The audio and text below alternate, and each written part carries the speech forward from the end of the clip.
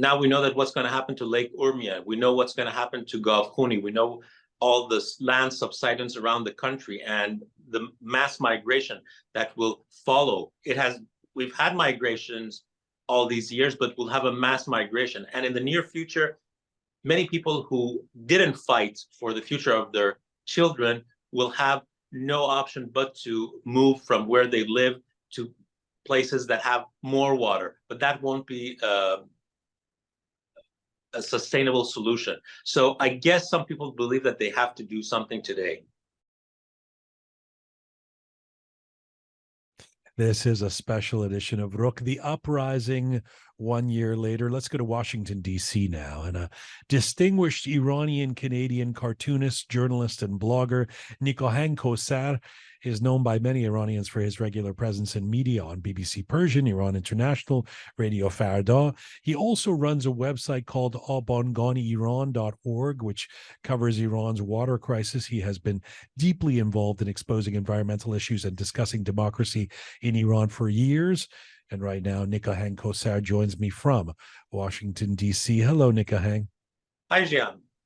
Nice to have you back on the program. Thanks for being part of this special. You have been tireless when it comes to speaking out and trying to move information for the last year. I know there are so many specific areas you focus on. I spoke to about that in the introduction to you, but as a general question, what are you feeling 1 year later, and what lessons do you think we have learned as a global Iranian community in the year after the killing of Mahsa Amini? First of all, I'm very sad about the fate of Mahsa and many others who lost their lives, or many who lost an eye in the demonstrations, the ones who were beaten, the ones who were arrested, the ones who actually lost their loved ones as well. And I'm happy that this generation is stepping up and understanding what's at stake. It's their future. And I'm very disappointed in our political parties, if you will, or even groups that showed no responsible leadership and wasted a lot of time. Even they could have helped the activists inside Iran, but they even, unfortunately, because of their infightings, destroyed the momentum, because a big momentum was being built inside Iran by the activists, by the demonstrators, by those who risked their lives by going to the streets and shouting against and chanting against the regime. But I believe the political fracture of different factions has had its own negative impact on the movement. I actually appreciate you identifying that, whether I agree with it or not, just because there has been a general positivity to the guests we've had so far. No, things are great. The revolution is continuing. We've learned a lot and we move forward. And I noticed some of those opposition leaders that you were name checking without using names have also been saying the revolution is continuing, et cetera. And I think it's a fair question to ask, is it, or was there some steam lost? And if so, why? And obviously we can't divorce this from the insidious techniques of this regime to maintain its power. But I appreciate that your position is what some would see as more dystopian, what others would see as more realistic. Look, one thing is that many political activists or leaders, if you will, out of the country do not understand the element of surprise. They should be able to surprise the Iranian regime. And if they want to be leaders, they have to help the people on the ground to actually create more surprises. What's happening now is that the Iranian regime actually knows their algorithms, knows what they're going to say, knows what they're going to do. Because let's face it, many of the members of these groups were once arrested by the regime, and the regime studied these individuals and knows their mindset, knows what they do, what they don't want to do. And the only thing that some of these groups have done is create jobs for Iran's security forces. Some of them are monitoring these groups, know how to handle them, know how to break their plans and create infighting between these people. So I think there was an opportunity for many political groups or individuals to get together and try a new way, try a new path, and actually put some pressure on the Iranian regime. Now you see the Biden administration clearly has another idea because it believes that this regime is going to be there at least for the next few years. And if last year you could feel that they are seeing you could see some hesitation from the Biden administration or other European partners of the United States because they thought something could happen. But I think right now the momentum is lost. Some are hopeful that in the anniversary of Mahsa Amini's unfortunate death, something could possibly happen. But when you make an announcement from months before a certain date and tell the enemy that what you're going to do on the very same date, it's very difficult to expect a different outcome of what happens next. The problem with many Iranian activists and politicians is that they do the same thing, they repeat the same thing, but they expect a different outcome. It doesn't happen like that.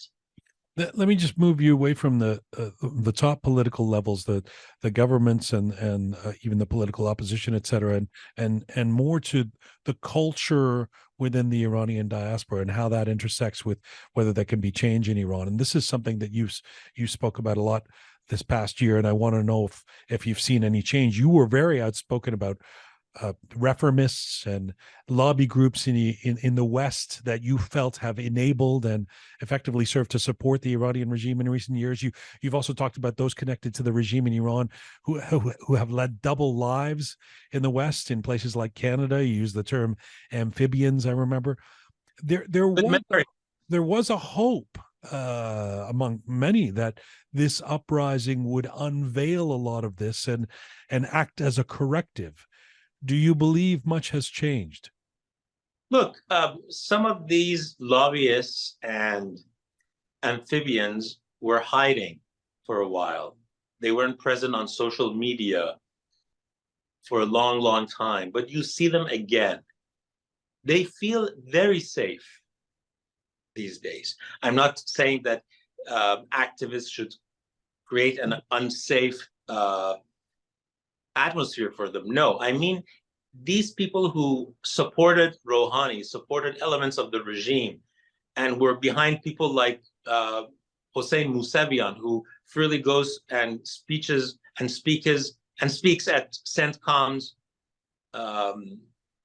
conference. It's really weird what's happening when you see that a narrative that was being hidden is up again. You feel that these individuals are saying that, okay, the regime is there and we can make money out of the regime. So let's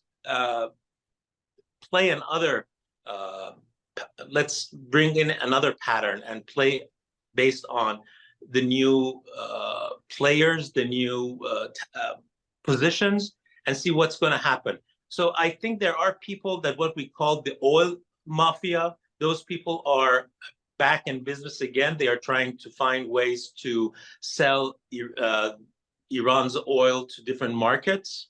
And my colleagues are working on different files right now in Europe that shows how corrupt this system, the Islamic Republic, is, but it has partners in the West.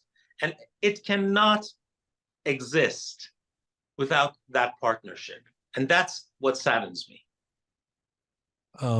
As a final question to you, and taking in everything you've just said and your critical look at where the uprising has sort of gone over the last year, and the loss of opportunity and the loss of steam, if you will, of the revolution.